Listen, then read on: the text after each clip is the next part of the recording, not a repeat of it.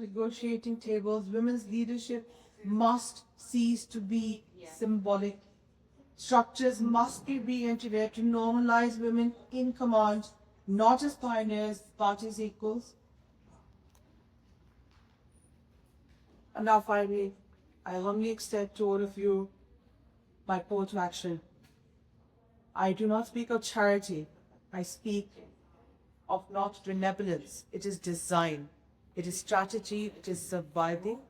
The world that's being built, multipolar, interdependent, crisis-explored, cannot be stabilized without half its humanity fully empowered and facilitated. The geoeconomics of the future is not about weapons or pipelines alone. It's about who produces, who decides, who sustains. Women must move from the margins to the center, from being spoken for to speaking, like I'm mutilate. From being harried, but as one voice among millions that echo across time and civilization. We started the great crossroad of history. The more the order trembles and collapses in structures of economy, politics, society are being hammered on the endless crisis and change. In this moment, the question before us is not what will the world become. The question is, who will lead it then? Allow me to answer it. It is women. The state of the world and the case of women in it. Look around at our world today. We live in a time of shattered certainties, climate emergencies, war on multiple fronts, fragile economies, and torn social fabric. The mighty powers gave up multipolarity of trade blocks and new financial architectures, but beneath these grand strategies and dog pony shows, it is the daily resilience of us women that keeps home, communities, and nations alive. Yet even now, half humanity carries a double burdens. They're expected to nurture, but not allowed to command. Entrusted with tradition, but denied transformation. We are spoken of in lofty declarations, but rarely are we given the pen to write the chart of the tomorrow.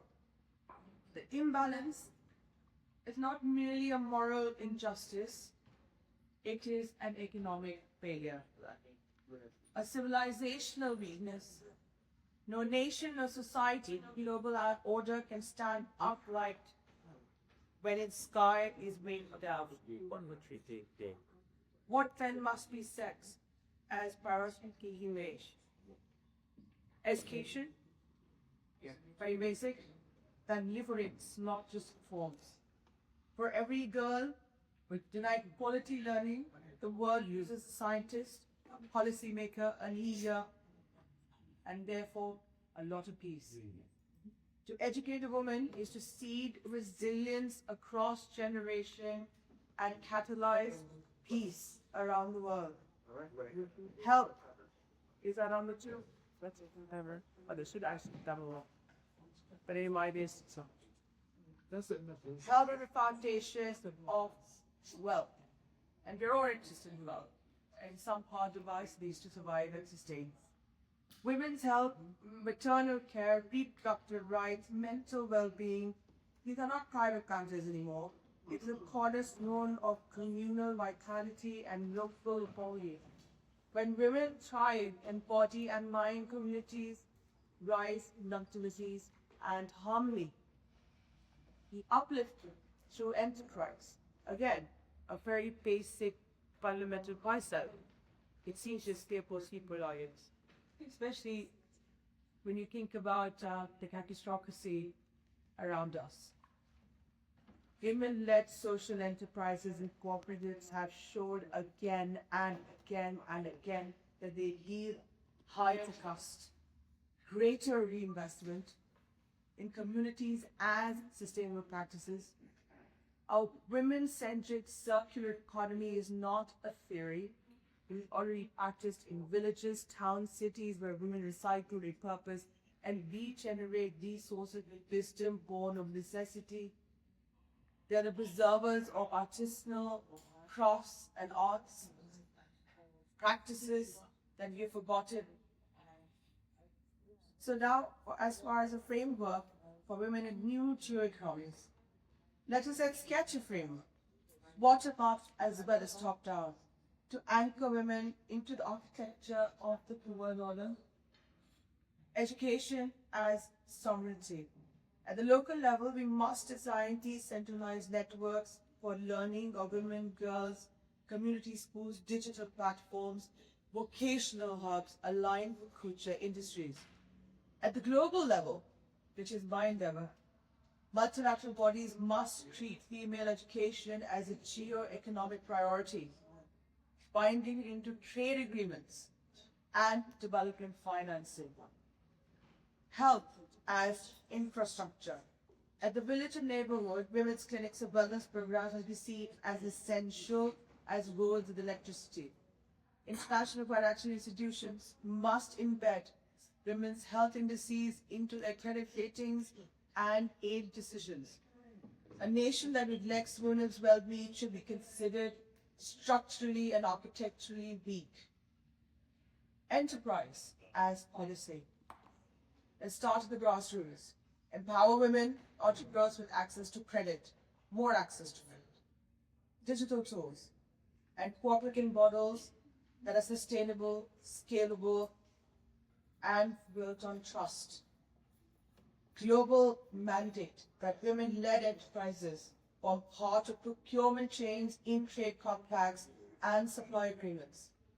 Imagine BRICS, G20, UN frameworks that stipulate not token representation, but measurable participation of women in circular economies. From empowerment to the knowledge that the power resides in us, and not just women, but also the men.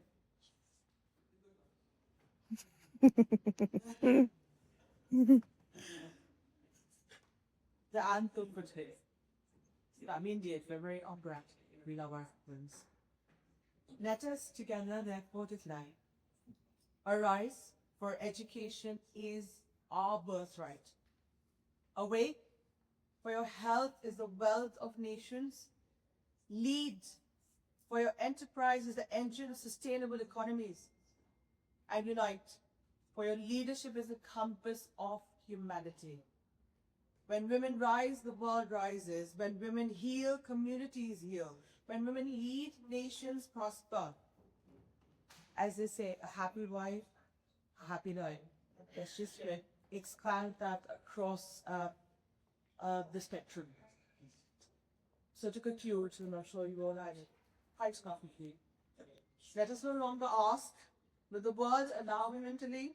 Let us ask, how quickly will women step forward to lead the world? For sisters, the time is now. For our brothers, fathers, and supporters, the time is now. This moment is yours, and the world awaits. Arise, awake, and stop not till the goal is reached. Thank you very much.